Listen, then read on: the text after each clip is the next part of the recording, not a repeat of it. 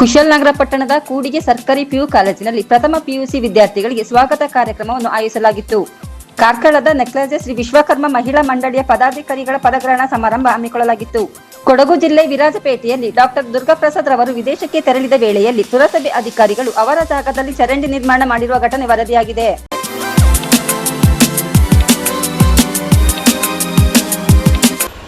ಕುಶಾಲನಗರ ಪಟ್ಟಣದ ಕೂಡಿಗೆ ಸರ್ಕಾರಿ ಪಿಯು ಕಾಲೇಜಿನಲ್ಲಿ ಪ್ರಥಮ ಪಿಯುಸಿ ವಿದ್ಯಾರ್ಥಿಗಳಿಗೆ ಸ್ವಾಗತ ಕಾರ್ಯಕ್ರಮ ಹಮ್ಮಿಕೊಳ್ಳಲಾಯಿತು. ಕೂಡಿಗೆ ಸರ್ಕಾರಿ ಪದವಿ ಪೂರ್ವ ಕಾಲೇಜಿನಲ್ಲಿ ಪ್ರಥಮ ಪಿಯುಸಿ ವಿದ್ಯಾರ್ಥಿಗಳಿಗೆ ದ್ವಿತೀಯ ಪಿಯುಸಿ ವಿದ್ಯಾರ್ಥಿಗಳಿಂದ ಸ್ವಾಗತ ಸಮಾರಂಭ ನಡೆಯಿತು. ಕಾರ್ಯಕ್ರಮದ ಅಧ್ಯಕ್ಷತೆ ವಹಿಸಿ ಮಾತನಾಡಿದ ಪ್ರಾಂಶುಪಾಲರಾದ ಹಂಡ್ರಂಗಿ ನಾಗರಾಜುರವರು, ವಿದ್ಯಾರ್ಥಿಗಳು ಇಷ್ಟಪಟ್ಟು ಕಠಿಣ ಪರಿಶ್ರಮ ಹಾಗೂ ಸತತ ಅಧ್ಯಯನದಿಂದ ಓದಿದರೆ ಭವಿಷ್ಯದಲ್ಲಿ ಉತ್ತಮ ಸಾಧನೆ ಮಾಡಿ ಉತ್ತಮ ಭವಿಷ್ಯ ರೂಪಿಸಿಕೊಳ್ಳಬೇಕು ಎಂದರು. ವಿದ್ಯಾರ್ಥಿಗಳು ತಮ್ಮ ತಂದೆ ತಾಯಿ ಅಥವಾ ಪೋಷಕರು ತಮಗಾಗಿ ಬಹಳಷ್ಟು ಶ್ರಮ ಪಡುತ್ತಿದ್ದಾರೆ. ಅವರಿಗೆ ತಾವೇನಾದರೂ ಪ್ರತಿಫಲ ನೀಡುವುದಾದರೆ ಅದು ನಿಮ್ಮ ವ್ಯಕ್ತಿತ್ವ ಹಾಗೂ ನಿಮ್ಮ ಫಲಿತಾಂಶ ಎಂದು ವಿದ್ಯಾರ್ಥಿಗಳಿಗೆ ಕಿವಿಮಾತು ಹೇಳಿದರು. ಸ್ವಾಗತ ಕಾರ್ಯಕ್ರಮ ಕುರಿತು ಮಾತನಾಡಿದ ಹಿರಿಯ ಉಪನ್ಯಾಸಕರಾದ ಎಂಟಿ ರಮೇಶ್, ಪ್ರಥಮ ಬಾರಿಗೆ ನಮ್ಮ ಕಾಲೇಜಿಗೆ ಪ್ರವೇಶವನ್ನ ಪಡೆದಿರುವ ವಿದ್ಯಾರ್ಥಿಗಳು ದ್ವಿತೀಯ ಪಿಯುಸಿ ವಿದ್ಯಾರ್ಥಿಗಳ ಮಾರ್ಗದರ್ಶನದಲ್ಲಿ ತಮ್ಮ ವ್ಯಾಸಂಗವನ್ನ ಮುಂದುವರಿಸಬೇಕು. ತಂದೆ ತಾಯಿ ಪೋಷಕರು ತಮ್ಮನ್ನ ಕಷ್ಟಪಟ್ಟು ಕಾಲೇಜಿಗೆ ಕಳಿಸುತ್ತಿದ್ದಾರೆ. ವಿದ್ಯಾರ್ಥಿಗಳು ಪೋಷಕರಿಗೆ ಗೌರವವನ್ನು ಕೊಡುವುದರ ಜೊತೆಗೆ ಉತ್ತಮ ಕಲಿಕೆಯೊಂದಿಗೆ ಉತ್ತಮ ಫಲಿತಾಂಶ ಗಳಿಸುವ ಮೂಲಕ ಕಾಲೇಜಿಗೆ ಕೀರ್ತಿ ತರಬೇಕೆಂದು ತಿಳಿಸಿದರು. ಉಪನ್ಯಾಸಕರಾದ ಹನುಮರಾಜು ಮಾತನಾಡಿದರು. ಕಾರ್ಯಕ್ರಮದಲ್ಲಿ ಹಿರಿಯ ಉಪನ್ಯಾಸಕರಾದ ನಾಗಪ್ಪ ಯಾಲಕ್ಕಿಕಟ್ಟೆ, ಲಿನೆಟ್ಟಿ ಫರ್ನಾಲಿಸ್, ಸೂಸಿ ತಂಗಚನ್, ಆನಂದ್, ರವೀಶ್, ಅನುಷಾ, ಗೌತಮಿ, ಆಶಾ ಮುಂತಾದ ಉಪನ್ಯಾಸಕರು ಇದ್ದರು. ವಿದ್ಯಾರ್ಥಿಗಳು ಸಾಂಸ್ಕೃತಿಕ ಕಾರ್ಯಕ್ರಮವನ್ನು ನಡೆಸಿಕೊಟ್ಟರು. ಪಿಯುಸಿ ವಿದ್ಯಾರ್ಥಿಗಳು ಸ್ವಾಗತ ಸಮಾರಂಭವನ್ನು ಆಯೋಜಿಸಿದ್ದಾರೆ. ಈ ಒಂದು ಉತ್ತಮವಾದ ಕಾರ್ಯಕ್ರಮದಲ್ಲಿ ವೇದಿಕೆಯಲ್ಲಿರುವ ಎಲ್ಲ ನನ್ನ ಸಹೋದ್ಯೋಗಿ ಬಂಧುಗಳೇ, ಪ್ರೀತಿಯ ವಿದ್ಯಾರ್ಥಿಗಳೇ, ಮೊದಲಿಗೆ ಈ ಒಂದು ಕಾರ್ಯಕ್ರಮವನ್ನು ಬಹಳ ಅಚ್ಚುಕಟ್ಟಾಗಿ ಆಯೋಜನೆಯನ್ನು ಮಾಡಿದಂತಹ ದ್ವಿತೀಯ ಪಿಯುಸಿಯ ತರಗತಿ ಉಪನ್ಯಾಸಕರಿಗೆ ಮತ್ತು ದ್ವಿತೀಯ ಪಿಯುಸಿ ವಿದ್ಯಾರ್ಥಿಗಳಿಗೆ ನಾನು ಸಂಸ್ಥೆಯ ಪರವಾಗಿ ಧನ್ಯವಾದಗಳನ್ನು ಸಮರ್ಪಣೆಯನ್ನು ಮಾಡ್ತೇನೆ. ಇದರೊಂದಿಗೆ ಅವರಿಗೆ ಕೈ ಜೋಡಿಸಿದಂಥ ಇತರ ಉಪನ್ಯಾಸಕರು ಸಹ ಬಹಳ ಅತ್ಯುತ್ತಮವಾಗಿ ಕೈ ಜೋಡಿಸಿ ಈ ಕಾರ್ಯಕ್ರಮ ಬಹಳ ಚೆಂದ ಆಗಿರುವಂತೆ ನೋಡಿ, ಬೋರ್ಡು ಮತ್ತು ಅದರ ಡೆಕೋರೇಷನ್ಸು, ಮುಂದ್ಗಡೆ ಪಾಟು ಎಲ್ಲ ಅಚ್ಚುಕಟ್ಟಾದಂಥ ವ್ಯವಸ್ಥೆಯನ್ನು ಮಾಡಿದ್ದಾರೆ. ಅವರಿಗೂ ಸಹ ನಾನು ಈ ಸಂದರ್ಭದಲ್ಲಿ ಸಂಸ್ಥೆಯ ಪರವಾಗಿ ಧನ್ಯವಾದಗಳನ್ನು ಸಮರ್ಪಣೆ ಮಾಡ್ತೇನೆ. ನ್ಯೂಸ್ ಸಂಗಮಕ್ಕಾಗಿ ಡಾಕ್ಟರ್ ಎಚ್ ಮೃಗುಕೋಟಿ, ಕುಶಾಲನಗರ. ಕೊಡಗು ಜಿಲ್ಲೆ ವಿರಾಜಪೇಟೆಯಲ್ಲಿ ಡಾಕ್ಟರ್ ದುರ್ಗಾಪ್ರಸಾದ್ ಅವರು ವಿದೇಶಕ್ಕೆ ತೆರಳಿದ ವೇಳೆಯಲ್ಲಿ ಪುರಸಭೆ ಅಧಿಕಾರಿಗಳು ಅವರ ಜಾಗದಲ್ಲಿ ಚರಂಡಿ ನಿರ್ಮಾಣ ಮಾಡಿರುವ ಘಟನೆ ವರದಿಯಾಗಿದೆ. ವಿರಾಜಪೇಟೆಯಲ್ಲಿ ಹಿರಿಯ ವೈದ್ಯರಾಗಿ ಕಾರ್ಯನಿರ್ವಹಿಸುತ್ತಿದ್ದ ಡಾಕ್ಟರ್ ದುರ್ಗಾಪ್ರಸಾದ್ ಅವರು ವಿದೇಶಕ್ಕೆ ತೆರಳಿದ ವೇಳೆ ಪುರಸಭೆ ಅಧಿಕಾರಿಗಳು ಅವರ ಜಾಗದಲ್ಲಿ ಚರಂಡಿ ನಿರ್ಮಾಣ ಮಾಡಿರುವ ಘಟನೆ ನಡೆದಿದೆ. ಈ ಕುರಿತು ವಿರಾಜಪೇಟೆ ವೈದ್ಯರಾದ ಡಾಕ್ಟರ್ ಅಯ್ಯ ದುರ್ಗಾಪ್ರಸಾದ್ ಪಟ್ಟಣದಲ್ಲಿರುವ ವೈದ್ಯರ ಗೃಹ ಕಚೇರಿಯಲ್ಲಿ ಸುದ್ದಿಗೋಷ್ಠಿ ನಡೆಸಿ ಮಾತನಾಡಿ, ನಾನು ಊರಿನಲ್ಲಿ ಇಲ್ಲದ ಸಮಯದಲ್ಲಿ ನನಗೆ ತಿಳಿಸಿದಂತ ನನ್ನ ಜಾಗವನ್ನು ಅಕ್ರಮವಾಗಿ ಪ್ರವೇಶ ಮಾಡಿ ಅಲ್ಲಿ ಚರಂಡಿಯನ್ನು ನಿರ್ಮಿಸಿ ಸಾರ್ವಜನಿಕರು, ರೋಗಿಗಳು ನರ್ಸಿಂಗ್ ಹೋಮಿಗೆ ಬರುವ ದಾರಿಯನ್ನು ಪುರಸಭೆ ಮುಖ್ಯಾಧಿಕಾರಿಗಳು ಹಾಗೂ ಕೆಲವು ಕಾಂಗ್ರೆಸ್ಸಿಗರು ಹಾಳುಗೆಡವಿದ್ದಾರೆ ಎಂದು ದೂರಿದರು. ಅವರು ನಮ್ಮ ನರ್ಸಿಂಗ್ ಹೋಮ್ನ ನಿತ್ಯ ಮಹಿಳೆಯರು ಮತ್ತು ಚಿಕಿತ್ಸೆಗಾಗಿ ಬಂದು ಹೋಗುತ್ತಾರೆ. ಆದರೆ ಈ ಮಳೆಯಲ್ಲಿ ರಸ್ತೆಯನ್ನು ಅಗೆದು ಚರಂಡಿ ಮಾಡಿದ್ದಾರೆ. ವಿರಾಜಪೇಟೆಯಲ್ಲಿ ದೊಡ್ಡಟ್ಟಿ ಚೌಕಿಯಿಂದ ಬಸವನಗುಡಿಯವರೆಗೆ ಇರುವ ರಸ್ತೆಯ ಬದಿಗಳಲ್ಲಿ ಚರಂಡಿಗಳಿದ್ದವು. ಅವುಗಳನ್ನು ಈಗ ಮುಚ್ಚಿದ್ದಾರೆ. ಅದರ ಪಕ್ಕದಲ್ಲಿ ನನಗೆ ಜಾಗವಿದೆ. 74/1 ಮತ್ತು 74/1, 74/2 ಈ ಜಾಗ ಹಿಂದೆ ಅವರ ಒತ್ತಿಕೊಂಡು ಮತ್ತೊಂದು ಜಾಗವಿದೆ. ನಾನು ಈ ಜಾಗದಲ್ಲಿ ನರ್ಸಿಂಗ್ ಹೋಮ್ ಕಟ್ಟಬೇಕೆಂದು 1984ರಲ್ಲಿ ತೀರ್ಮಾನಿಸಿದ ಸಂದರ್ಭದಲ್ಲಿ ಆ ಬಗ್ಗೆ ಅಂದಿನ ಪಂಚಾಯಿತಿಗೆ ಅರ್ಜಿ ಕೊಟ್ಟಿದ್ದೆ. ಆಗ ಅವರು ನನಗೆ ಕೊಟ್ಟ ಒಪ್ಪಿಗೆ ಪತ್ರ ರಸ್ತೆ ಬದಿಯಿಂದ 1/2 ಮೀಟರ್ ಬಿಟ್ಟು ನೀವು ಕಟ್ಟತಕ್ಕದ್ದು ಎಂದು ಉತ್ತರ ಕೊಟ್ಟರು. ನಾನು ನರ್ಸಿಂಗ್ ಹೋಮಿನ ಕಟ್ಟಡವನ್ನು ಸಾಕಷ್ಟು ಹಿಂದೆ ಕಟ್ಟಿದ್ದೆ. ಪುರಸಭೆಯವರು ಮಾಡಿರುವ ಕಾಮಗಾರಿಯು ಅರ್ಥಹೀನವಾಗಿದೆ. ಸಾರ್ವಜನಿಕರು ತಮ್ಮ ದುಡಿಮೆಯ ಫಲವನ್ನು ತೆರಿಗೆಯ ರೂಪದಲ್ಲಿ ಕೊಟ್ಟ ಹಣ ದುರುಪಯೋಗವಾಗಿದೆ ಎಂದು ದೂರಿದರು. ಸಾಮಾಜಿಕ ಕಾರ್ಯಕರ್ತ ಮಾಳಿಟಿರ ಕಾಳೆಯ ಮಾತನಾಡಿದರು. ನನ್ನ ಒಪ್ಪಿಗೆ ಇಲ್ಲದೆ ಇಲ್ಲಿ ಏನಾಗಿದೆ, ಒಂದು ನನ್ನ ಜಾಗದೊಳಗೆ ನನ್ನ ಒಪ್ಪಿಗೆ ಇಲ್ಲದೆ ಪ್ರವೇಶ ಮಾಡಿದ್ದು ಮತ್ತು ಇದು ಅಕ್ರಮ ಪ್ರವೇಶ ಮತ್ತು ಈ ಕೆಲಸ ಮಾಡಿಸಿದ್ದು ಮತ್ತು ಅಲ್ಲಿ ಎಲ್ಲ ಅಗದು ಹಾಕಿರುವಂಥದ್ದು. ಈಗ ನಮ್ಮ ಸಂವಿಧಾನದ ಪ್ರಕಾರ ನಮಗೆಲ್ಲರಿಗೂ ನಾವು ಜಾಗವನ್ನು ಸ್ವತ್ತನ್ನು ಹೊಂದುವಂತಹ ಅಧಿಕಾರ ನಮಗಿದೆ. ಆ ಜಾಗ ಅಥವಾ ಸೊತ್ತು ನನ್ನ ಖಾಸಗಿ ಸೊತ್ತನ್ನು ನಾನು ರಕ್ಷಿಸಿಕೊಳ್ಳಲಿಕ್ಕೆ ಅದರೊಳಗೆ ಹಸ್ತಕ್ಷೇಪ ಮಾಡಲಿಕ್ಕೆ ಯಾರಿಗೂ ಅಧಿಕಾರ ಇಲ್ಲ. ಇದು ಸಂವಿಧಾನ ನನಗೆ ಕೊಟ್ಟಿರುವ ಹಕ್ಕು.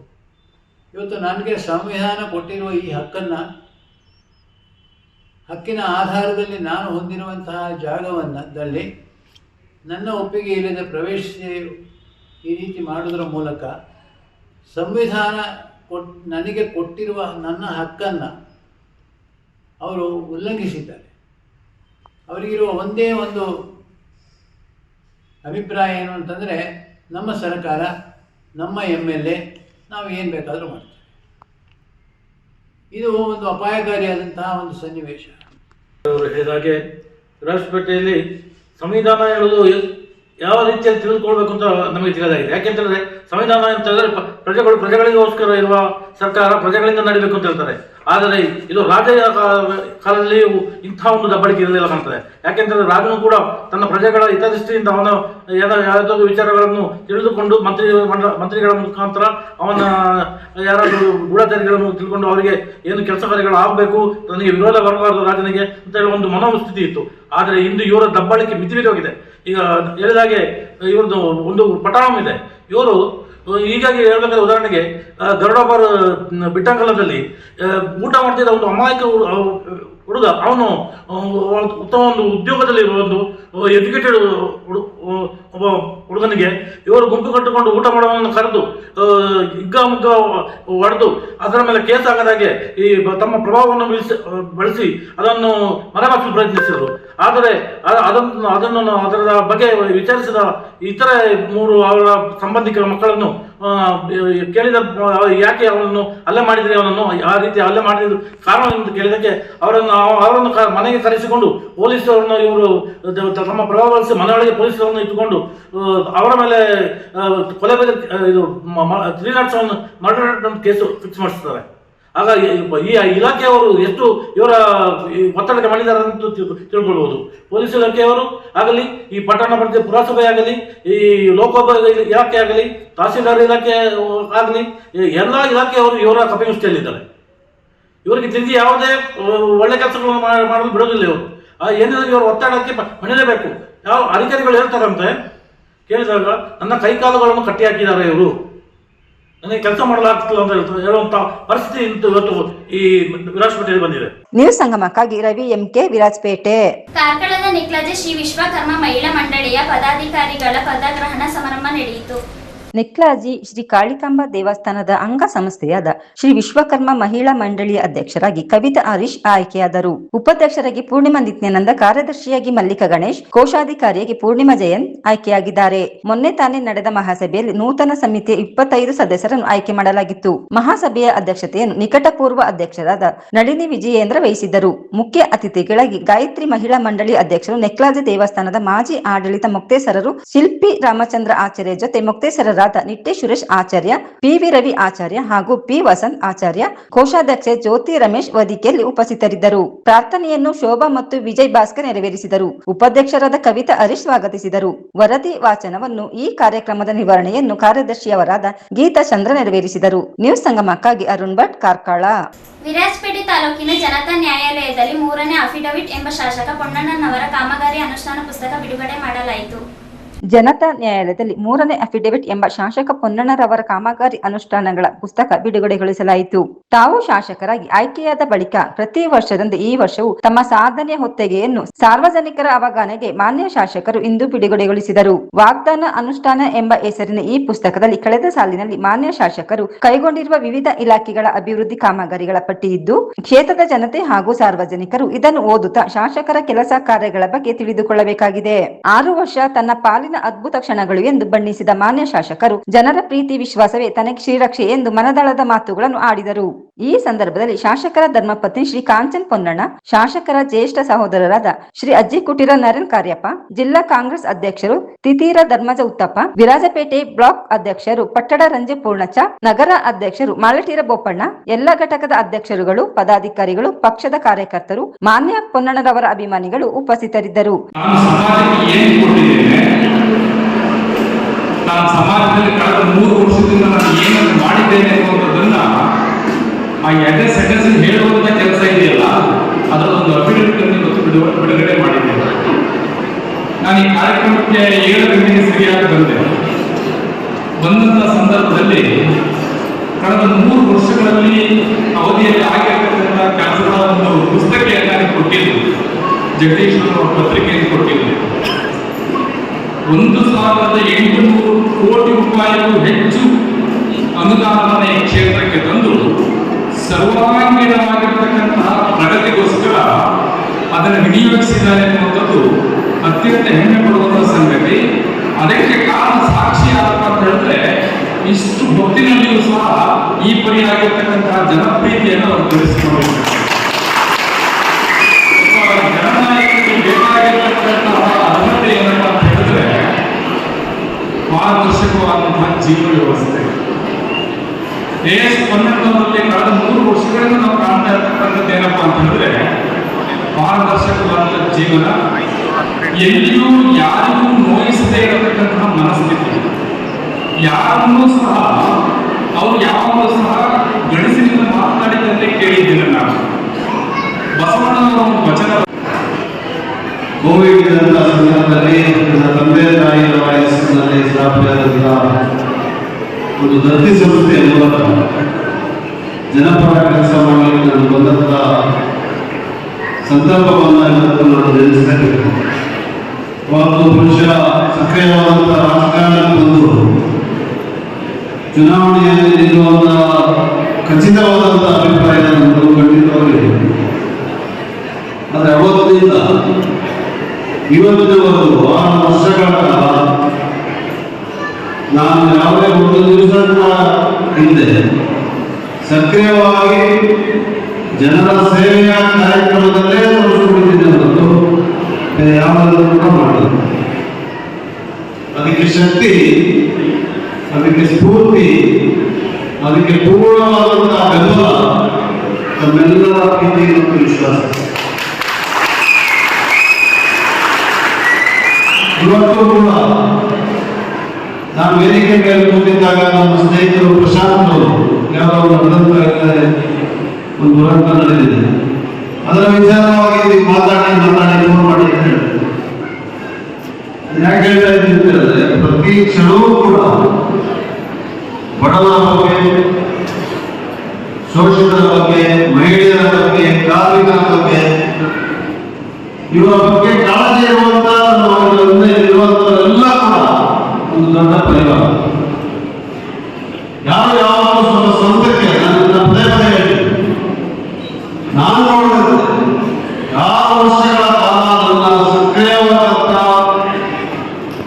ಜನಸೇವೆಯ ಪರಿಸ್ಥಿತಿಯಲ್ಲಿ ನಮ್ಮವರು ಯಾರು ಕೂಡ ತಮ್ಮ ಸ್ವಂತ ಕೆಲಸಕ್ಕೆ ಏನನ್ನೂ ಕೂಡ ಕೇಳಿ ಯಾವತ್ತಿಗೂ ಯಾವ ಒಬ್ಬ ಆರೋಗ್ಯದ ಬಗ್ಗೆ ಚಿಂತನೆ, ಯಾವ ಒಬ್ಬ ಮನೆ ವಸತಿ ರಹಿತರ ಬಗ್ಗೆ ಚಿಂತನೆ, ಯಾವ ಒಬ್ಬ ಬಡವರಿಗೆ ಅವರಿಗೆ ಯಾವ ಶಿಕ್ಷಣದ ಬಗ್ಗೆ ಚಿಂತನೆ ಬಿಟ್ಟರೆ ನನಗೇನಾರ ಮಾಡಿಕೊಡು ಅಂತ ಹೇಳುವಂಥದ್ದು ಯಾರೂ ಕೂಡ ಬಹುಶಃ ಅದೇ ಈ ಭಾರತದ ಜನರ ವಿಶೇಷತೆ ಅಂತ ಹೇಳಿದ್ರೆ ತಪ್ಪಾಗುತ್ತೆ. ನ್ಯೂಸ್ ಸಂಗಮಕ್ಕಾಗಿ ರವಿಕುಮಾರ್, ವಿರಾಜಪೇಟೆ. ಕಾರ್ಕಳದಲ್ಲಿ ಕ್ರೈಸ್ಟ್ ಕಿಂಗ್ ಎಜುಕೇಷನ್ ಟ್ರಸ್ಟ್ ವತಿಯಿಂದ ನ್ಯೂಸ್ ಕಾರ್ಕಳ ವ್ಯವಸ್ಥಾಪಕ ನಿರ್ದೇಶಕರಾದ ರಾಮಚಂದ್ರ ಬರಪಾಡಿ ರವರಿಗೆ ಸನ್ಮಾನಿಸಲಾಯಿತು. ಪತ್ರಿಕೋದ್ಯಮ ಕ್ಷೇತ್ರದಲ್ಲಿ ವಿಪುಲ ಅವಕಾಶಗಳಿದ್ದು ವಿದ್ಯಾರ್ಥಿಗಳು ಅದರ ಸದುಪಯೋಗ ಪಡಿಸಿಕೊಳ್ಳಬೇಕೆಂದು ಆಳ್ವಾಸ್ ಪತ್ರಿಕೋದ್ಯಮ ವಿಭಾಗದ ಮುಖ್ಯಸ್ಥ ಪ್ರಸಾದ್ ಶೆಟ್ಟಿ ಹೇಳಿದರು. ಕಾರ್ಕಳ ಕ್ರೈಸ್ಟ್ ಕಿಂಗ್ ನಲ್ಲಿ ನಡೆದ ಪತ್ರಿಕಾ ದಿನಾಚರಣೆ ಸನ್ಮಾನ ಸಮಾರಂಭ ಉದ್ಘಾಟಿಸಿ ಮಾತನಾಡಿದರು. ವಿದ್ಯಾರ್ಥಿಗಳು ಪ್ರತಿನಿತ್ಯ ಪತ್ರಿಕೆಗಳನ್ನು ಓದುವ ಹವ್ಯಾಸ ರೂಢಿಸಿಕೊಳ್ಳಬೇಕು.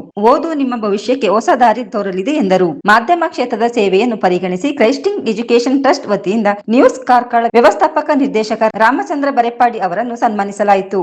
ಸನ್ಮಾನ ಸ್ವೀಕರಿಸಿ ಅವರು ಮಾತನಾಡಿದರು. ಬದುಕಿನಲ್ಲಿ ಭರವಸೆ ತುಂಬಲಿದೆ ಎಂದ ಅವರು ಎಸ್ಎಸ್ಎಲ್ಸಿ ಪಿಯುಸಿ ಫಲಿತಾಂಶದಲ್ಲಿ ಸತತವಾಗಿ 100% ಫಲಿತಾಂಶ ದಾಖಲಿಸುವ ಕಾರ್ಕಳದ ಕ್ರೈಸ್ಟ್ ಕಿಂಗ್ ನ ಶೈಕ್ಷಣಿಕ ಸಾಧನೆ ಹೀಗೆ ಮುಂದುವರಿಯಲಿ ಎಂದು ಆಶಿಸಿದರು. ಯುವ ಜನತೆ, ಸುದ್ದಿ ಮಾಧ್ಯಮ, ಪತ್ರಿಕೋದ್ಯಮ ಎನ್ನುವುದು ಅಪಾರ ಜೀವನಾನುಭವ ನೀಡುವ ಕ್ಷೇತ್ರವಾಗಿದೆ ಎಂದರು. ಅಧ್ಯಕ್ಷತೆ ವಹಿಸಿದ ಕ್ರೈಸ್ಟ್ ಕಿಂಗ್ ಎಜುಕೇಷನ್ ಟ್ರಸ್ಟ್ ಸದಸ್ಯ ಡಾಕ್ಟರ್ ಪೀಟರ್ ಫೆರ್ನಾಂಡಿಸ್ ಮಾತನಾಡಿದರು.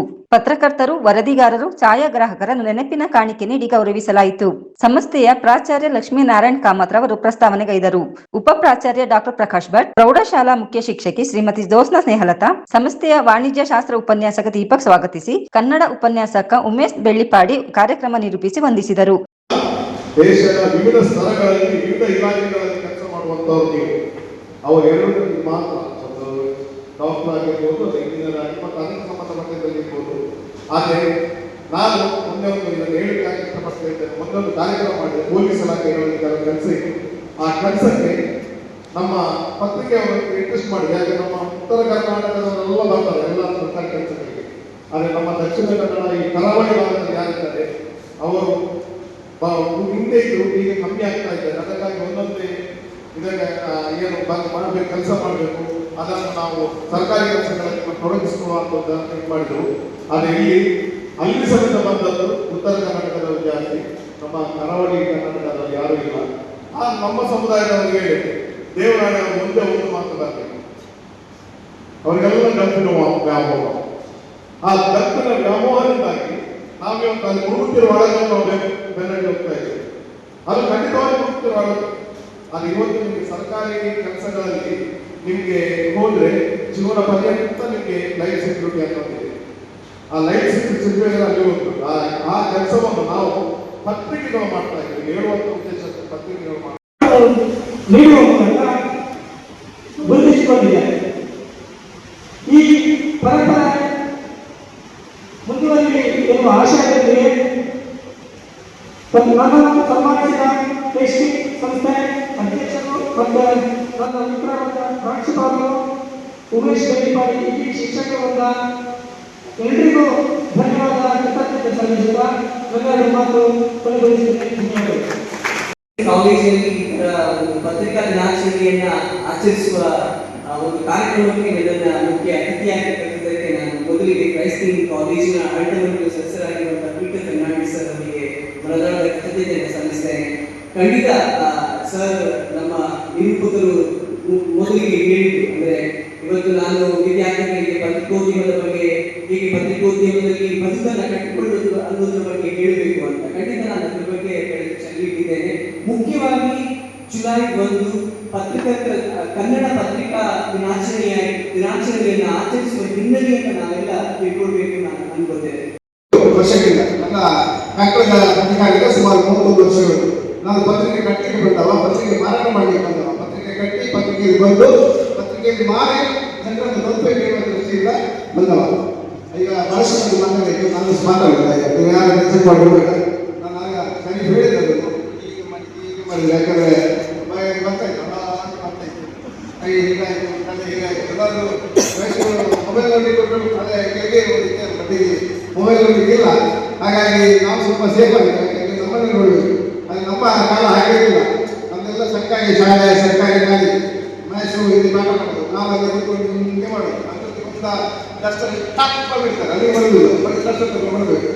ಆ ಡಸ್ಟರ್ ಒಂದು ಬೀಳುವಾಗ ನಮಗೆ ಜಾಗೃತಿ ಆಗ್ತದೆ. ನೋಡಿ, ಸಮಾಜವನ್ನು ಜಾಗೃತಿ ಮಾಡುವ ಪತ್ರಕರ್ತ ಇದೇ ರೀತಿ ಜಾಗೃತಿ ಆಗಬೇಕು, ಇದೇ ರೀತಿ ಜಾಗೃತಿ ಮಾಡಬೇಕು. ನಾವು ಬರೀ ಒಂದು ಹೇಗೆ ಅಂತ ಕೇಳಿದ್ರೆ, ಈಗ ಸೆಲ್ಫೋನ್ ಹೇಳಿದ್ರು, ಅಡ್ವರ್ಟೈಸ್ಮೆಂಟ್ ಪಟ್ಟಗಳು ಮಾತಾಡಲಿಕ್ಕೆ ಆಗುದಿಲ್ಲ ಅಂತ. ಬಟ್ ನಾನು ಅದನ್ನು ತಪ್ಪಿ ಕೂಡ ಒಪ್ಕೊಳ್ಳೋದಿಲ್ಲ. ಯಾಕಂದ್ರೆ ಜಾಹೀರಾತು ಕೊಟ್ಟರೂ ಕೂಡ ಸಮಾಜದಲ್ಲಿ ಆಗುವ ನ್ಯೂನತೆಗಳನ್ನು ನಾವು ಎತ್ತಿ ಹಿಡಿದಿದ್ರೆ ನಮ್ಮ ಪತ್ರಿಕಾ ಮಾಧ್ಯಮಕ್ಕೆ ಒಂದು ಕಳಂಕ.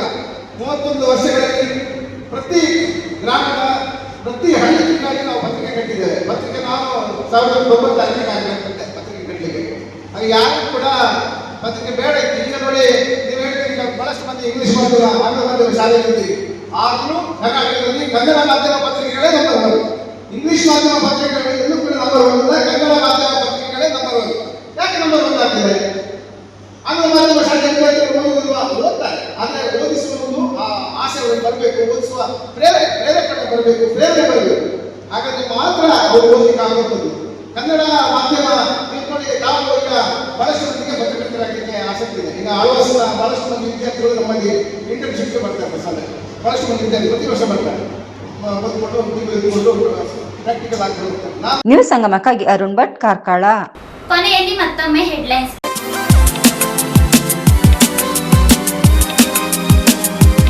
ಕುಶಾಲನಗರ ಪಟ್ಟಣದ ಕೂಡಿಗೆ ಸರ್ಕಾರಿ ಪಿಯು ಕಾಲೇಜಿನಲ್ಲಿ ಪ್ರಥಮ ಪಿಯುಸಿ ವಿದ್ಯಾರ್ಥಿಗಳಿಗೆ ಸ್ವಾಗತ ಕಾರ್ಯಕ್ರಮವನ್ನು ಆಯೋಜಿಸಲಾಗಿತ್ತು. ಕಾರ್ಕಳದ ನೆಕ್ಲಾಜೆ ಶ್ರೀ ವಿಶ್ವಕರ್ಮ ಮಹಿಳಾ ಮಂಡಳಿಯ ಪದಾಧಿಕಾರಿಗಳ ಪದಗ್ರಹಣ ಸಮಾರಂಭ ಹಮ್ಮಿಕೊಳ್ಳಲಾಗಿತ್ತು. ಕೊಡಗು ಜಿಲ್ಲೆ ವಿರಾಜಪೇಟೆಯಲ್ಲಿ ಡಾಕ್ಟರ್ ದುರ್ಗಾಪ್ರಸಾದ್ ರವರು ವಿದೇಶಕ್ಕೆ ತೆರಳಿದ ವೇಳೆಯಲ್ಲಿ ಪುರಸಭೆ ಅಧಿಕಾರಿಗಳು ಅವರ ಜಾಗದಲ್ಲಿ ಚರಂಡಿ ನಿರ್ಮಾಣ ಮಾಡಿರುವ ಘಟನೆ ವರದಿಯಾಗಿದೆ.